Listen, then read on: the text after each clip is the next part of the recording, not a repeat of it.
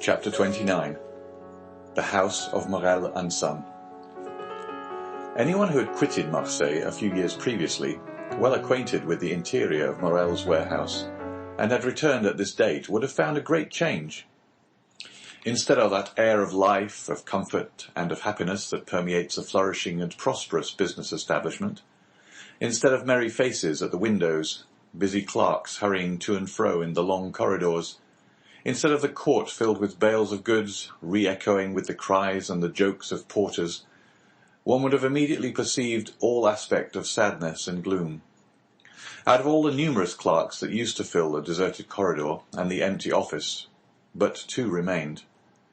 One was a young man of 23 who was in love with Monsieur Morrel's daughter, and had remained with him in spite of the efforts of his friends to induce him to withdraw. The other was an old one-eyed cashier called Coquelin, or Cockeye, a nickname given him by the young men who used to throng this vast, now almost deserted beehive, and which had so completely replaced his real name that he would not in all probability have replied to anyone who addressed him by it. Coquelin remained in Monsieur Morrel's service, and a most singular change had taken place in his position. He had at the same time risen to the rank of cashier, and sunk to the rank of a servant. He was, however, the same Coquelin, good, patient, devoted, but inflexible on the subject of arithmetic, the only point in which he would have stood firm against the world, even against Monsieur Morrel, and strong in the multiplication table which he had at his fingers' ends, no matter what scheme or what trap was laid to catch him. In the midst of the disasters that befell the house, Coquelin was the only one unmoved. But this did not arise from a want of affection, on the contrary, from a firm conviction. Like the rats that one by one forsake the doomed ship even before the vessel weighs anchor, so all the numerous clerks had by degrees deserted the office and the warehouse. Coquelin had seen them go without thinking of inquiring the cause of their departure. Everything was, as we have said, a question of arithmetic to Coquelin, and during 20 years he had always seen all payments made with such exactitude that it seemed as impossible to him that the house should stop payment as it would to a miller that the river that had so long turned his mill should cease to flow. Nothing had as yet occurred to shake Coquelin's belief. The last month's payment had been made with the most scrupulous exactitude.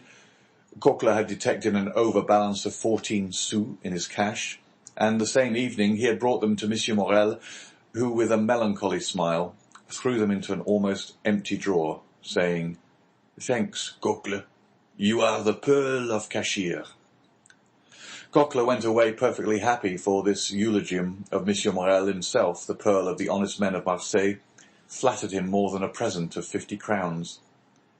But since the end of the month, Monsieur Morrel had passed many an anxious hour. In order to meet the payments then due, he had collected all his resources, and, fearing lest the report of his distress should get bruited abroad at Marseille when he was known to be reduced to such an extremity, he went to the Beaucaire fair to sell his wife's and daughter's jewels and a portion of his plate. By this means the end of the month was past, but his resources were now exhausted.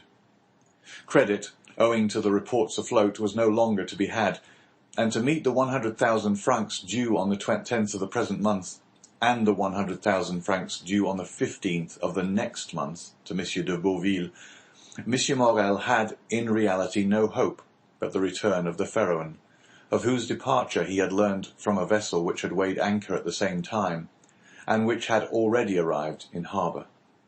But this vessel, which like the Pharaon came from Calcutta, had been in for a fortnight, while no intelligence had been received of the Pharaon. Such was the state of affairs, when the day after his interview with Monsieur de Beauville, the confidential clerk of the house of Thomson and French of Rome presented himself at Monsieur Morrel's. Emmanuel received him. This young man was alarmed by the appearance of every new face, for every new face might be that of a new creditor, come in anxiety to question the head of the house. The young man, wishing to spare his employer the pain of this interview, questioned the newcomer. But the stranger declared that he had nothing to say to Monsieur Emmanuel, and that his business was with Monsieur Morrel in person. Emmanuel sighed, and summoned Coquelin. Coquelin appeared, and the young man bade him conduct the stranger to Monsieur Morrel's apartment. Coquelin went first, and the stranger followed him. On the staircase they met a beautiful girl of 16 or 17, who looked with anxiety at the stranger. "Monsieur Morrel is in his room, is he not, Mademoiselle Julie?" said the cashier. "Yes, I think so, at least," said the young girl hesitatingly. "Go and see, Coquelin, and if my father is there, announce this gentleman." "It will be useless to announce me, mademoiselle," returned the Englishman. "Monsieur Morrel does not know my name. This worthy gentleman has only to announce the confidential clerk of the house of Thomson and French of Rome, with whom your father does business." The young girl turned pale, and continued to descend, while the stranger and Coquelin continued to mount the staircase. She entered the office where Emmanuel was, while Coquelin, by the aid of a key he possessed, opened a door in the corner of a landing place on the second staircase, conducted the stranger into an antechamber, opened a second door, which he closed behind him, and after having left the clerk of the house of Thomson and French alone, returned and signed to him that he could enter. The Englishman entered and found Morrel seated at a table, turning over the formidable columns of his ledger, which contained the list of his liabilities. At the sight of the stranger, Monsieur Morrel closed the ledger, arose and offered a seat to the stranger, and when he had seen him seated, resumed his own chair. 14 years had changed the worthy merchant, who in his 36th year, at the opening of this history, was now in his 50th.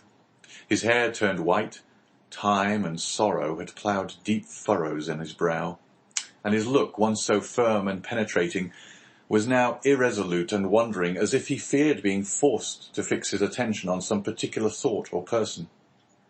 The Englishman looked at him with an air of curiosity, evidently mingled with interest. "Monsieur," said Morrel, whose uneasiness was increased by this examination, "you wish to speak to me?" "Yes, monsieur. You are aware from whom I come." "The house of Thomson and French, at least, so my cashier tells me." "He has told you rightly. The house of Thomson and French had 300,000 or 400,000 francs to pay this month in France, and knowing your strict punctuality, have collected all the bills bearing your signature, and charged me as they became due to present them, and to employ the money otherwise." Morrel sighed deeply, and passed his hand over his forehead, which was covered with perspiration. "So then, sir," said Morrel, "you hold bills of mine?" "Yes, and for a considerable sum." "What is the amount?"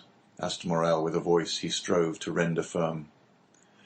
"Here is," said the Englishman, taking a quantity of papers from his pocket, "an assignment of 200,000 francs to our house by a Monsieur de Beauville, the inspector of prisons, to whom they are due.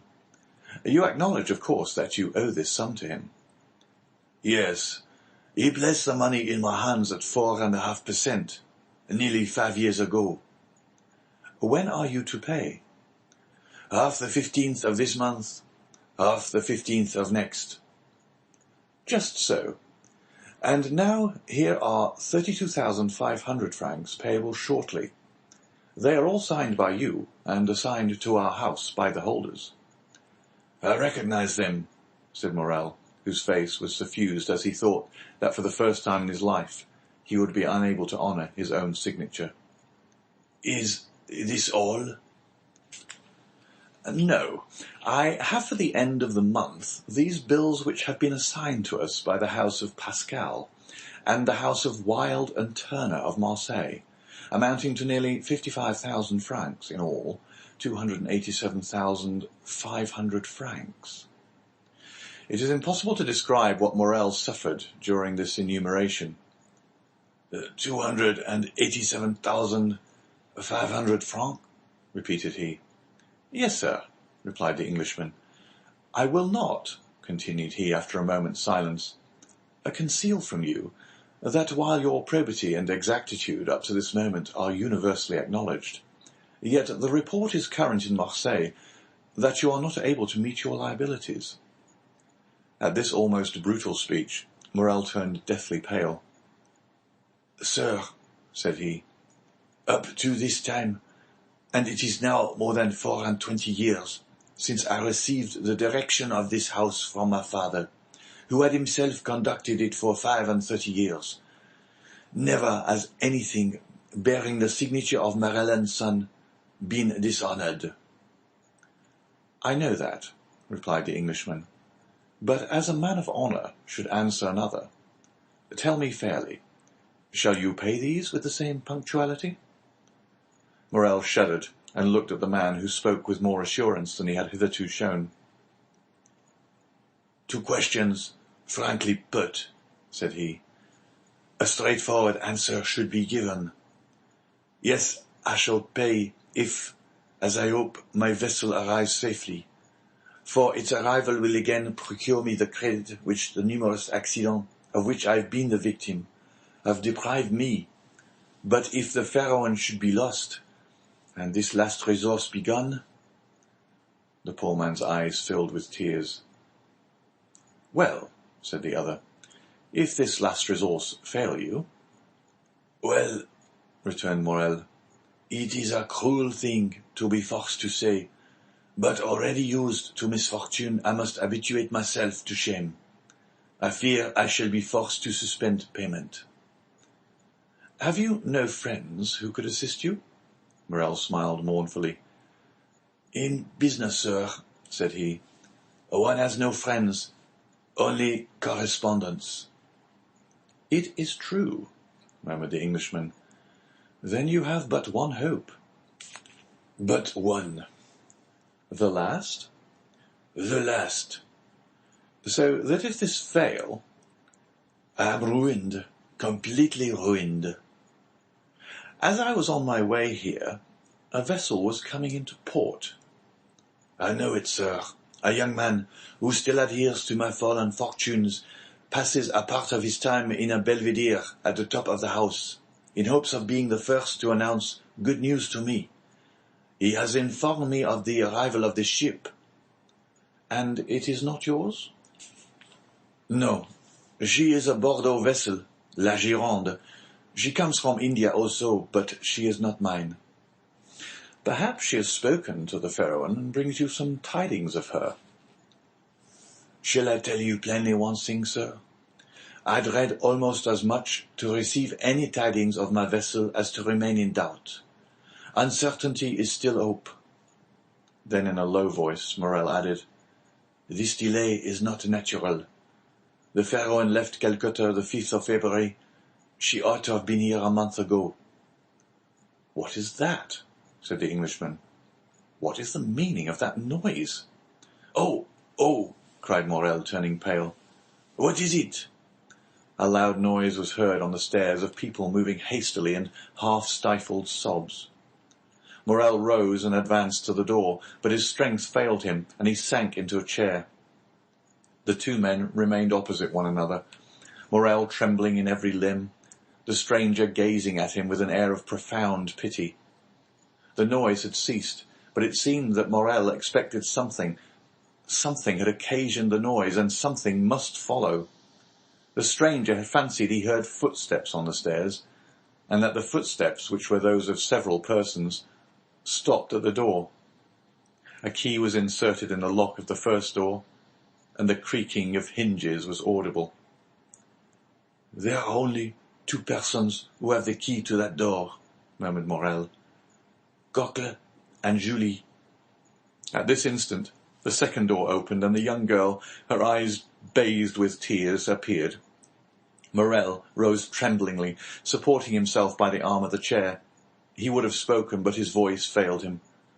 "Oh, father," said she, clasping her hands, "forgive your child for being the bearer of evil tidings." Morrel again changed colour.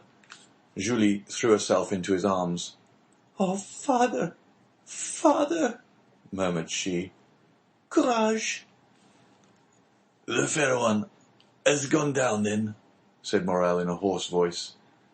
The young girl did not speak, but she made an affirmative sign with her head, as she lay on her father's breast. "And the crew?" asked Morrel. "Saved," said the girl.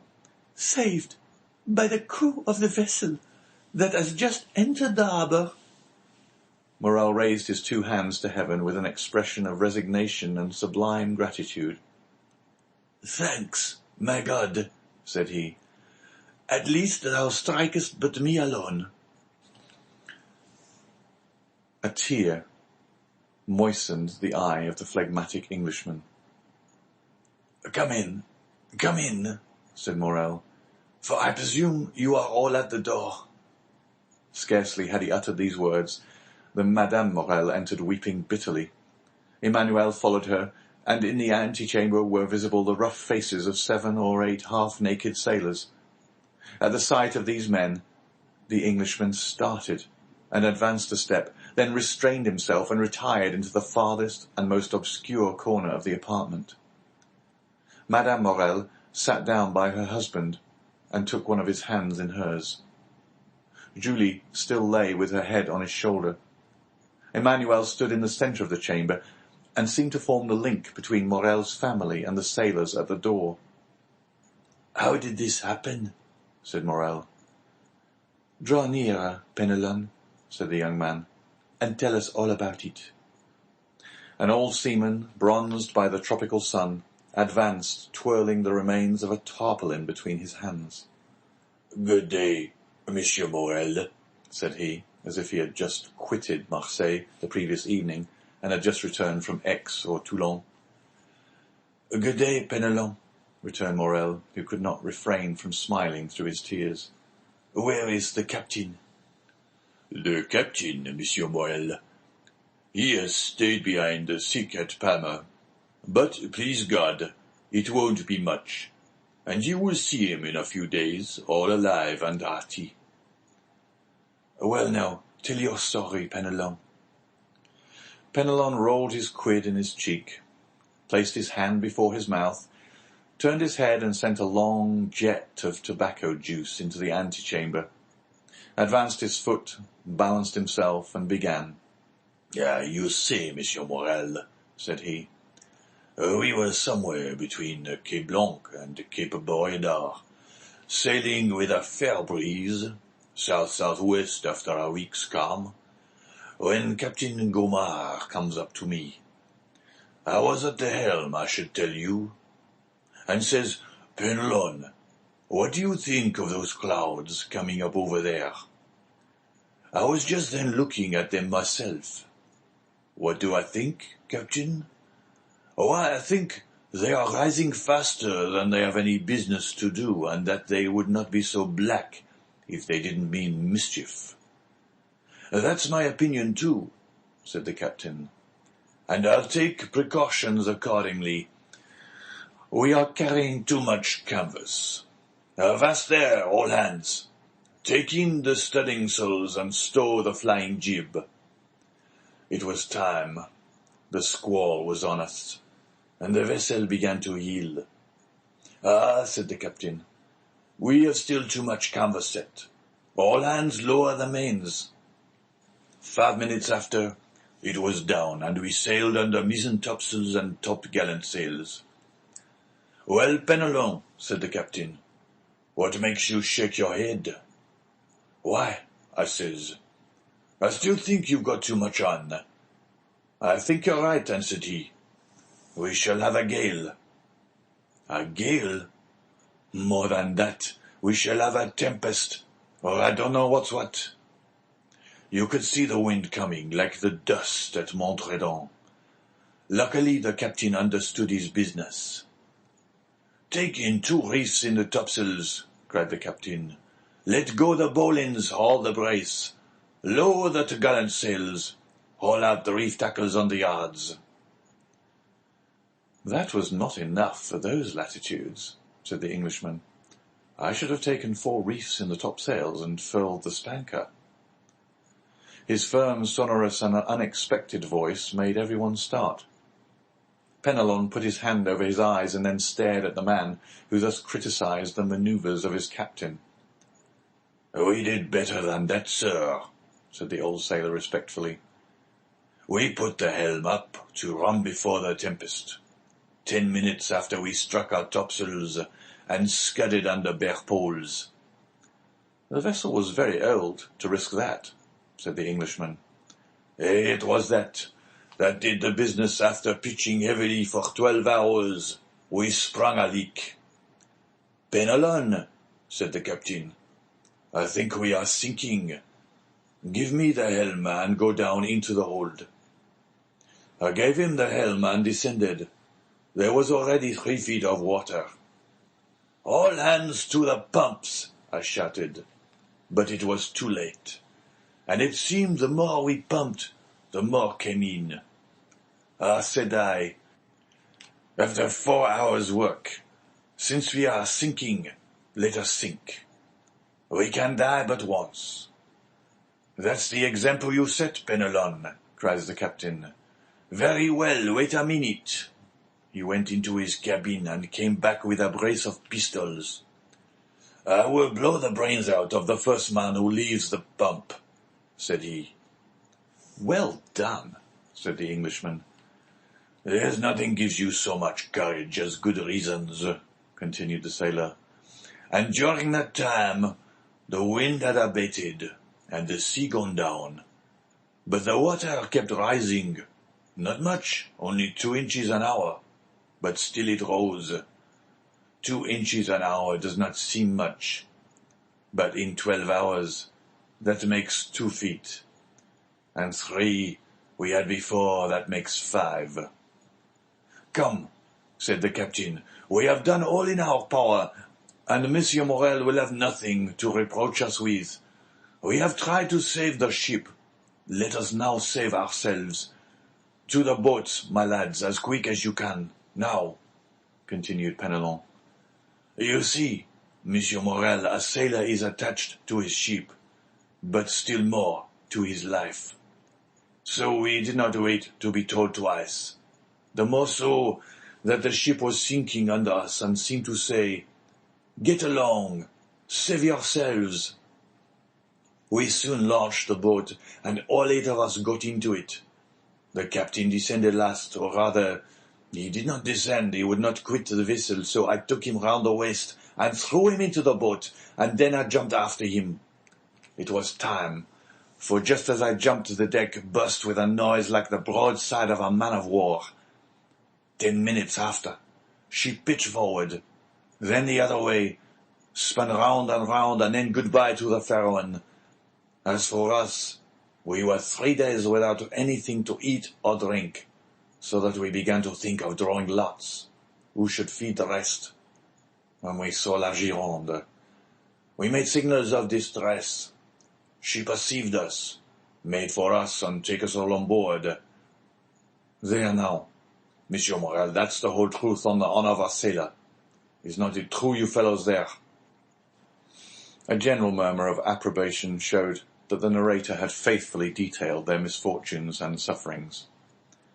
"Well, well," said Monsieur Morrel, "I know there was no time in fault but destiny. It was the will of God that this should happen. Blessed be his name. What wages are due to you?" "Oh, don't let us talk of that, Monsieur Morrel." "Yes, but we will talk of it." "Oh, well then, a remorse," said Penelon. "Cocle, pay 200 francs to each of these good fellows," said Morrel. "At another time," added he, "I should have said, give them besides 200 francs over as a present, but the times are changed, and the little money that remains to me is not my own." Penelon turned to his companions and exchanged a few words with them. "As for that, Monsieur Morrel," said he, again turning his quid, "as for that—" "As for what?" "The money." "Well?" "Well, we all say that 50 francs will be enough for us at present, and that we will wait for the rest." "Thanks, my friends, thanks," cried Monsieur Morrel gratefully. Take it, and if you can find another employer, enter his service. You are free to do so." These last words produced a prodigious effect on the seaman. Penelon nearly swallowed his quid. Fortunately, he recovered. "What, Monsieur Morrel?" said he in a low voice. "You send us away? You were then angry with us?" "No, no," said Monsieur Morrel. "I am not angry, "Quite the contrary." and I do not send you away, but I have no more ships, and therefore I do not want any sailors." "No more ships?" returned Penelon. "Well then, you'll build some. We'll wait for you." "I have no money to build ships with, Penelon," said the poor owner mournfully, "so I cannot accept your kind offer." "No more money? Then you must not pay us. We can scud, like the fair one, under bare poles." "Enough, enough!" cried Morrel, almost overpowered. "Leave me, I pray you. We shall meet again in a happier time. Emmanuel, go with them, and see that my orders are executed." "At least we shall see each other again, Monsieur Morrel?" asked Penelon. "Yes, I hope so, at least. No, go." He made a sign to Coquelin, who went first. The seaman followed him, and Emmanuel brought up the rear. "Now," said the owner to his wife and daughter, "leave me. I wish to speak with this gentleman." And he glanced towards the clerk of Thomson and French, who had remained motionless in the corner during this scene, in which he had taken no part, except the few words we have mentioned. The two women looked at this person, whose presence they had entirely forgotten, and retired, but as she left the apartment, Julie gave the stranger a supplicating glance, to which he replied by a smile that an indifferent spectator would have been surprised to see on his stern features. The two men were left alone. "Well, sir," said Morrel, sinking into a chair, "you have heard all, and I have nothing further to tell you." "I see," returned the Englishman, "that a fresh and unmerited misfortune has overwhelmed you, and this only increases my desire to serve you." "Oh, sir!" cried Morrel. "Let me see," continued the stranger. "I am one of your largest creditors." "Your bills at least are the first that will fall due." "Do you wish for time to pay?" "A delay would save my honor, and consequently my life." "How long a delay do you wish for?" Morrel reflected. 2 months, said he. "I will give you 3, replied the stranger. "But," asked Morrel, "will the house of Thomson and French consent?" "Oh, I take everything on myself. Today is the 5th of June. "Yes." Well, renew these bills up to the 5th of September, and on the 5th of September at 11 o'clock, the hand of the clock pointed to 11, I shall come to receive the money." "I shall expect you," returned Morrel. "and I will pay you, or I shall be dead." These last words were uttered in so low a tone that the stranger could not hear them. The bills were renewed, the old ones destroyed, and the poor shipowner found himself with 3 months before him to collect his resources. The Englishman received his thanks with the phlegm peculiar to his nation, and Morrel, overwhelming him with grateful blessings, conducted him to the staircase. The stranger met Julie on the stairs. She pretended to be descending, but in reality she was waiting for him. "Oh, sir," she said, clasping her hands. "Mademoiselle," said the stranger, "one day you will receive a letter signed Sinbad the Sailor. Do exactly what the letter bids you, however strange it may appear." "Yes, sir," returned Julie. "Do you promise?" "I swear to you I will." "It is well. Adieu, mademoiselle. Continue to be the good, sweet girl you are at present, and I have great hopes that heaven will reward you by giving you Emmanuel for a husband." Julie uttered a faint cry, blushed like a rose, and leaned against the baluster. The stranger waved his hand and continued to descend. In the court he found Penelon, who, with a rouleau of 100 francs in either hand, seemed unable to make up his mind to retain them. "Come with me, my friend," said the Englishman. "I wish to speak to you."